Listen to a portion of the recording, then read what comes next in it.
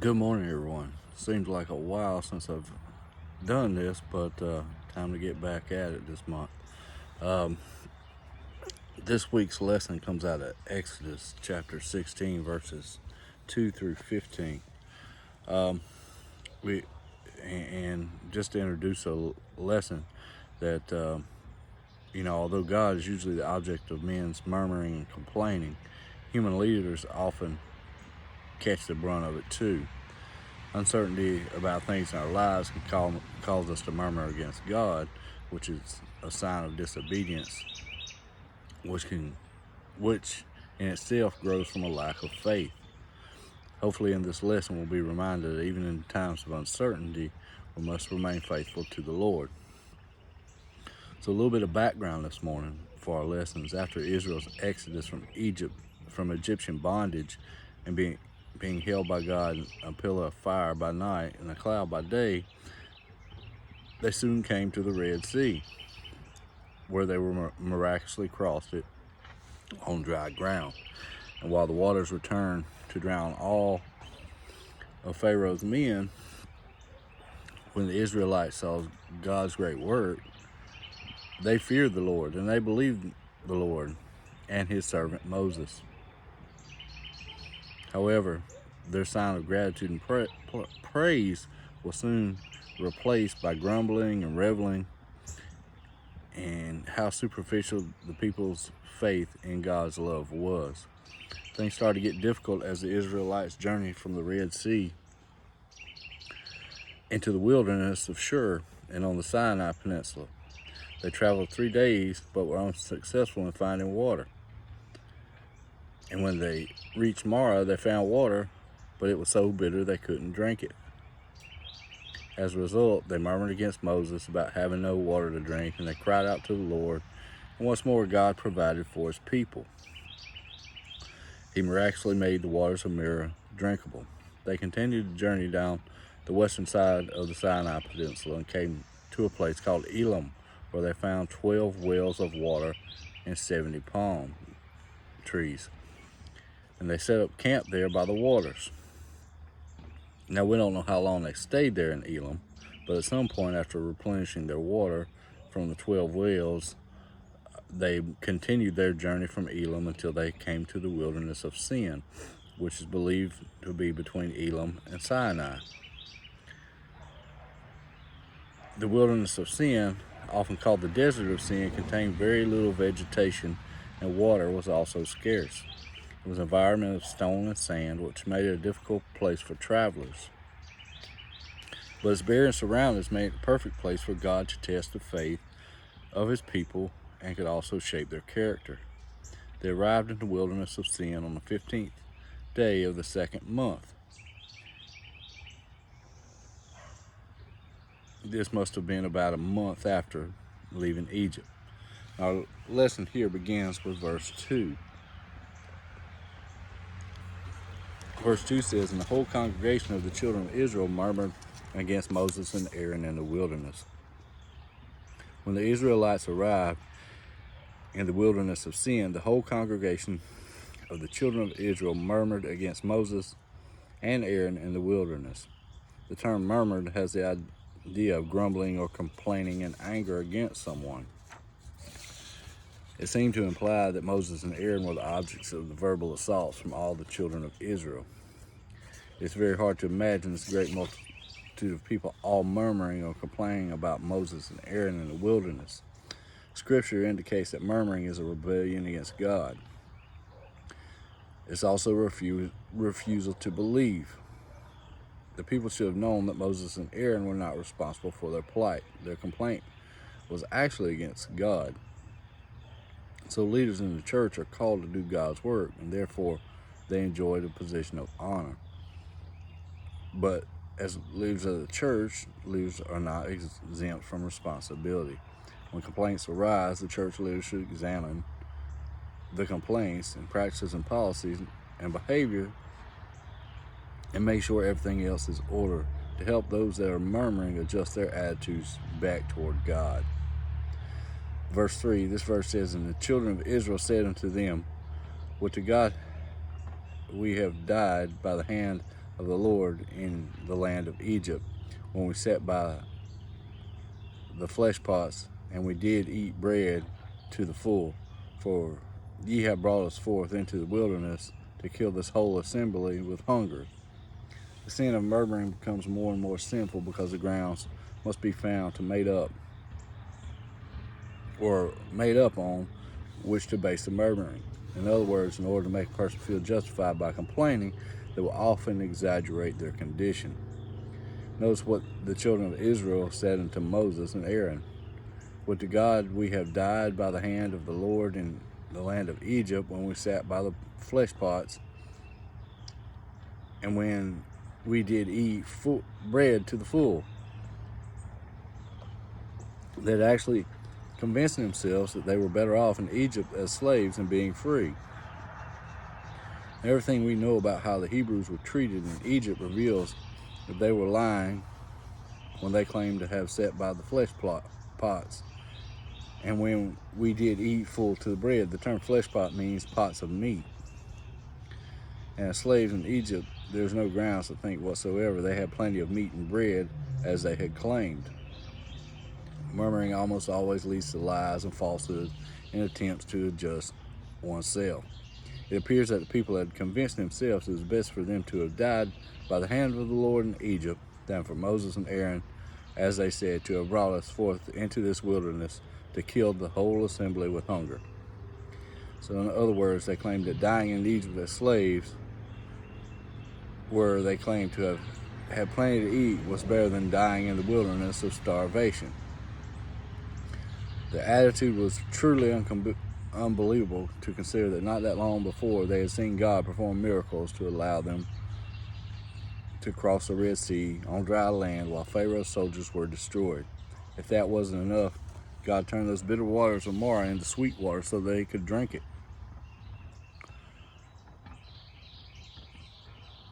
If God could do those things, couldn't He provide for them in the wilderness?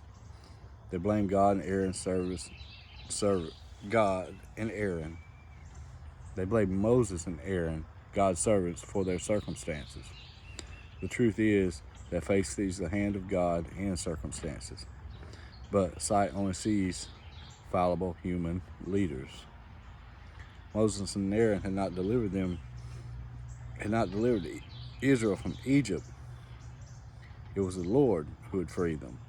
This accusation against Moses and Aaron bore on blasphemous unbelief, and the people had added to their sin by using an old oath, taking God's name in vain, when they said, "Would to God we have died by the hand of the Lord in the land of Egypt." They that thought so little of their deliverance wished they had died in Egypt by the hand of the Lord. That is, by the same plagues which God had brought out on the Egyptians. And truth be told, they knew they didn't want to die in Egypt at the hands of the Lord or any other way. If they did, they would have been crying out to Him to deliver them in the first place. By using God's name in a lie, they were using it in vain.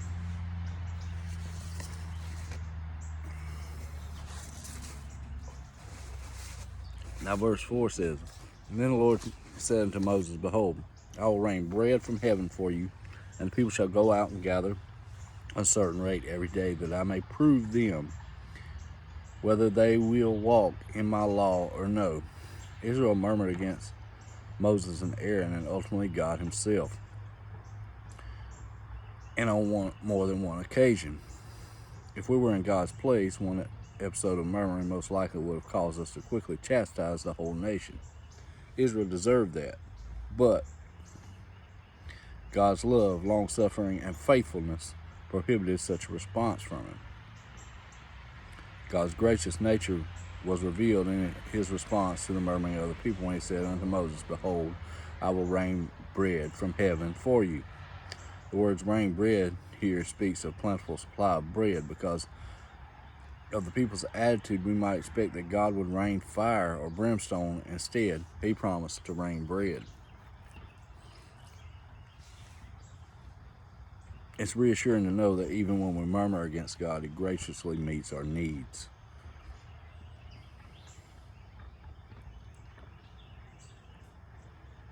Not because of our sin, but in spite of it. Later, Jesus referred to himself as the bread from heaven. Jesus is God's provision for man and for man's sin. Just as God provided for Israel's physical needs by giving them bread,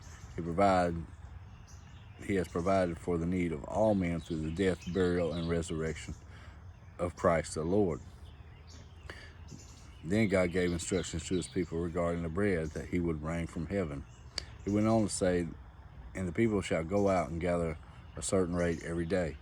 By this, God meant that the people were to collect a sufficient day's supply of this bread that he provided. Also, the Israelites had no reason to worry about starvation. The Israelites called this bread manna, which means what it is. God said that the reason for these instructions was that I may prove them. The word prove also means to test. God wanted to test these people to determine whether they will walk in my law or not. In other words, questions about their faith and commitment to follow God's will be answered through God's testing of his people. Their response would show that whether they intended to follow his instructions or not. Now verse 5 says, "And it shall come to pass that on the 6th day they shall prepare which they bring in, and it shall be twice as much as they gather daily." As noted in the previous verse, the Israelites will only gather a certain amount of this bread from heaven each day for 5 days. And then in this verse, said the Lord, "And it shall come to pass that on the 6th day they shall prepare that which they bring in," which means that only on the 6th day of the week were people to prepare the bread that they gathered that day. Apparently, this bread included milling and baking the bread. The people were to make enough for 2 days. And then the Lord declared, "What they had collected on the 6th day shall be twice as much as they gathered daily." If they followed God's instructions, God would double the amount of bread on the 6th day so that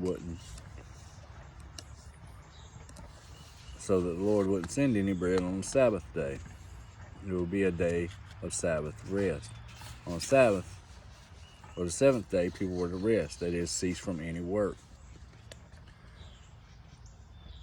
However, the Sabbath day observance would not be given until God gave the law to Moses, but it is mentioned here likely in anticipation of the coming law. The Sabbath observance was a later part of the law that began at sundown on Friday and ended on sundown on Saturday. The Jews still observe the Sabbath day this way.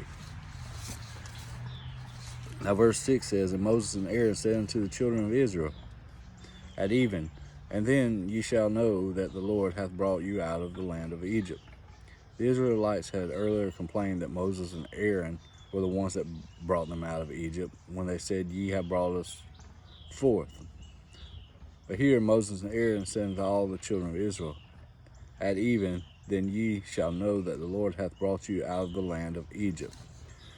The murmuring indicated that Moses and Aaron were responsible for their deliverance, but Moses quickly reminded them that even, the meaning this evening or at sundown, God's provision would reveal that he was the one that brought them out of Egypt, not his servants, Moses and Aaron. Now verse 7 says, "And in the morning, then ye shall see the glory of the Lord, for that he heareth your murmurings against the Lord. And what are we, that yet ye murmur against us?" Not only would God's provision for Israel at that evening prove that he had brought them out of bondage, but also that he had said, "In the morning ye shall see the glory of the Lord." And then the phrase "the glory of the Lord" can refer to either the cloud that was leading the Israelites or to the reality that the splendor of God's presence and character. In a general sense, the glory of the Lord is the manifestation of his divine attributes and perfections. Since God's glory as revealed in the cloud is referred to in verse 10, this verse, Moses uses the terms to indicate that God would display his divine attributes and perfections to Israel throughout his provisions. Moses told the people that they would see the glory of the Lord because God heareth your murmurings against the Lord. More believers need to realize that any complaint that against God's servants when they are carrying out his directions is murmuring against the Lord himself. After Moses told the people that God considered their murmurings as being against him, Moses asked the people a question, "And what are we that ye murmur against us?" This question stressed how the insignificance of two human beings, Moses and Aaron, were. They understood that they were nobodies used by God for his glory. The Apostle Paul expressed the same truth in 2 Corinthians when he said, "We have this treasure in the earthen vessels, that the excellency of power may be of God and not us." Moses knew that by themselves he and Aaron were nothing. They were simply God's representatives, that their authority came from him. Verse 8 says, "And Moses said, This shall be when the Lord shall give you in the evening flesh to eat, and in the morning bread to the full. For that the Lord heareth your murmurings, which ye murmur against him. And what are we? Your murmurings are not against us, but against the Lord." Moses told the people that in the evening and the next morning, God would do something to remind them that he had brought them out of Egypt, that he would demonstrate his glory. Now Moses tells the people exactly what God was going to do. "This shall be when the Lord shall give you in the evening flesh to eat, and in the morning bread to the full." In other words, the people will know for sure it is the Lord who will provide flesh or meat and all the bread they can eat until they were full. God will provide for his murmuring people even in the midst of the wilderness, thus revealing his glory. The flesh refers to the provision of quails, and the bread refers to the manna. The eye of faith sees the glory of God in the bread and the flesh that he provides. What's amazing here is the reason Moses gave people for God provided him. He said, "For the Lord heareth your murmurings, which ye murmur against him." In other words, God was providing for you because he heard them murmur against him. This is amazing because God does what most of us, if not all of us, would do for someone who repeatedly murmured against us. He promised to provide meat and bread for them in the wilderness. This is a sign of the graciousness of God. Now Moses brings this whole thing home when he finally tells the Israelites who they were complaining against. He said, and what are we? Your murmurings are not against us, but against the Lord." These complaining Hebrews finally faced their truth. Their murmurings were not against Moses and Aaron, but they were against God. Now verse 9 says, And Moses spake unto Aaron, saying to all the congregation of the children of Israel, Come near before the Lord, for he hath heard your murmurings. In order to prepare the Israelites to see God's glory, by providing for their needs, Moses called an assembly of the people. He commanded that Aaron say unto the congregation of the children of Israel, Come near before the Lord. In response to Aaron's call, the people were to assemble near before the Lord. This most likely means that the people were to assemble where the cloud was standing above them. It's easy to imagine the fear that overcame God's people when Aaron also told them the reason for this assembly. It was because God hath heard your murmurings. Verse 10, this verse says, And it came to pass, as Aaron spake unto the whole congregation of the children of Israel, they looked upon the wilderness, and behold, the glory of the Lord appeared in the cloud. So upon receiving the command to gather before the Lord, the whole congregation of children of Israel assembled in obedience, that they looked toward the wilderness, and behold, the glory of the Lord appeared in the cloud. Of course, this was the cloud whereby God led the children of Israel in the wilderness wanderings. Evidently, the brightness of the glory of God's glory shone forth in an extraordinary way. We don't know for sure, but maybe God, who is the light, revealed his essential nature through the bursting of light that come through the cloud, therefore revealing his majesty. This sign served as a reminder to these rebellious murmurers of God's transcendent majesty. So verses 11 says, And the Lord spake to Moses, saying, with the whole congregation of Israel standing in the presence of God, undoubtedly from the cloud, the Lord spake unto Moses, saying. So here we are told that God said to Moses what God said to Moses in the next verse.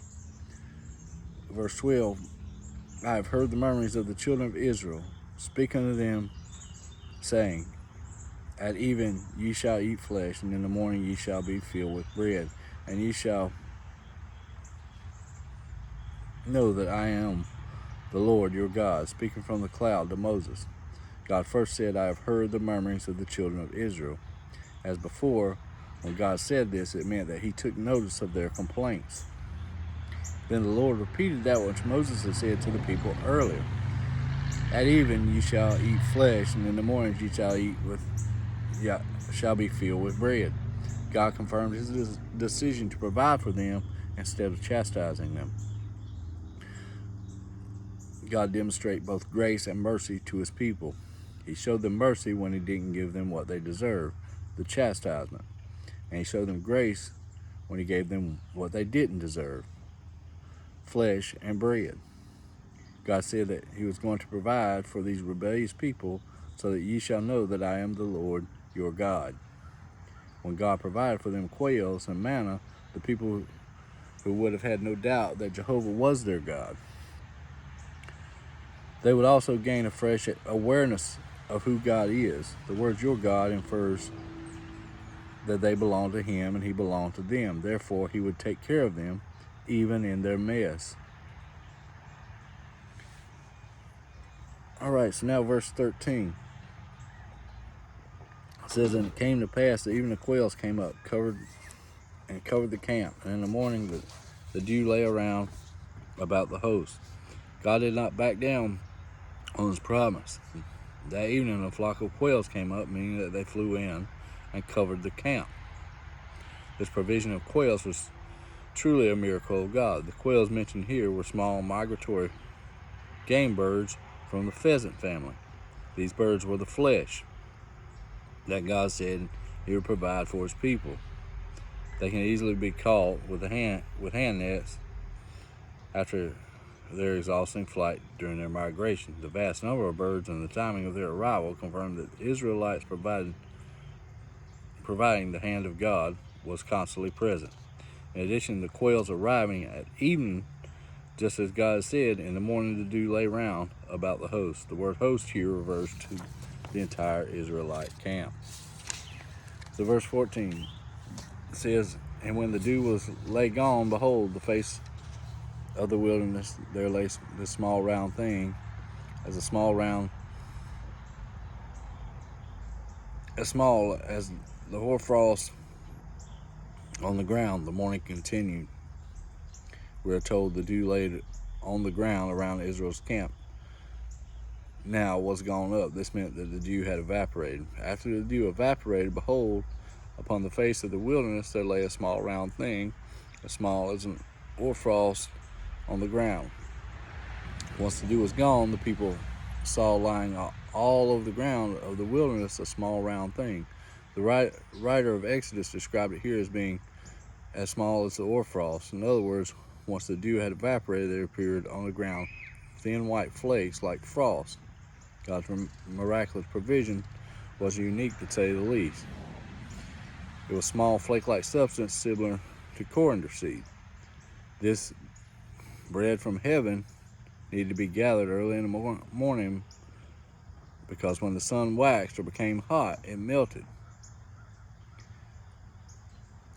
The perplexity of the Israelites we see in verse 15 is in our final verse. And when the children of Israel saw it, they said to one another, It is manna, for they wist not what it was. And Moses said unto them, This is the bread which the Lord had given you to eat. Since the Israelites saw the flesh-like substance covered in the ground there in the wilderness of sin, they said to one another, It is manna. The people call this bread from God manna because they wist not what it was, meaning that they didn't wist or know what it was. The phrase "it is manna" can also be translated to the question, what is it? Since the people didn't know what to call this substance, Moses responded to them by saying, "This is the bread which the Lord hath given you to eat." This was the bread that God had promised to rain down from heaven for his people. This bread from heaven continued to fall for the Israelites for the 40-year wanderings in the wilderness. But the Lord discontinued it after entering into the promised land and celebrated the Passover. So to conclude this week, the wandering Israelites murmured against their God-given leaders, Moses and Aaron, and complaining against Moses and Aaron. And the people were really rebelling against God himself. Murmuring and complaining against God's appointed leaders is a sign of rebellion and a lack of faith. But God is patient, and his response to the murmuring of his people demonstrated his gracious nature. He reminded them of his majesty in the cloud and his love and grace and mercy to supply to the desired foods. As believers, we got to refrain from the murmuring and instead thank God for his grace and mercy, even in the difficult times. And ladies and gentlemen, that is this week's Sunday school lesson. Hope everyone's well this week. I hope you have a chance to get out and enjoy the holiday weekend that you're off work. Get to enjoy some time with your family.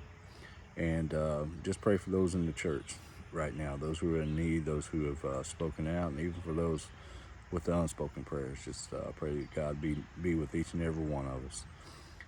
Thanks, guys, and I'll see you soon.